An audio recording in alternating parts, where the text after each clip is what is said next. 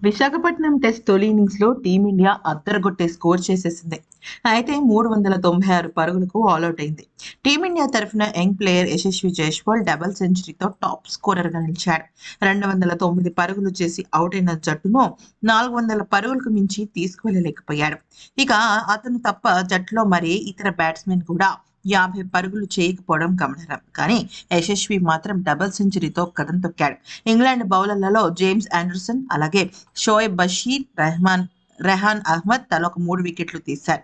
ఇక భారత జట్టు కెప్టెన్‌తో కలిసి ఇన్నింగ్స్‌ను ప్రారంభించిన జైస్వాల్ ఆరంభం నుంచి ఫాస్ట్ బ్యాటింగ్‌పై దృష్టి పెట్టాడు. అయితే మరొక వైపు 14 పరుగులు మాత్రమే చేసిన రోహిత్ అవుట్ అయిపోయాడు.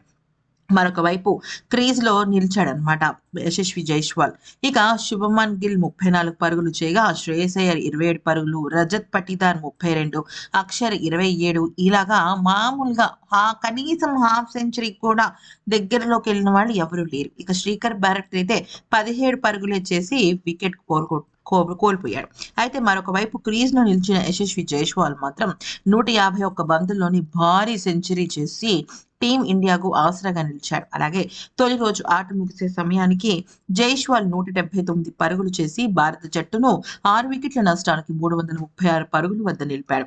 రెండో రోజు ఆట ప్రారంభంలో జైస్వాల్ విజయవంతమైన బ్యాటింగ్ ప్రదర్శన కనబరిచాడు. ఇక తన డబుల్ సెంచరీని పూర్తి చేసుకున్నాడు. ఇక ఇలాగా యశస్వి జైస్వాల్ విపరీతంగా బ్యాటింగ్‌తో ముందుకు సాగుతూ వచ్చాడు.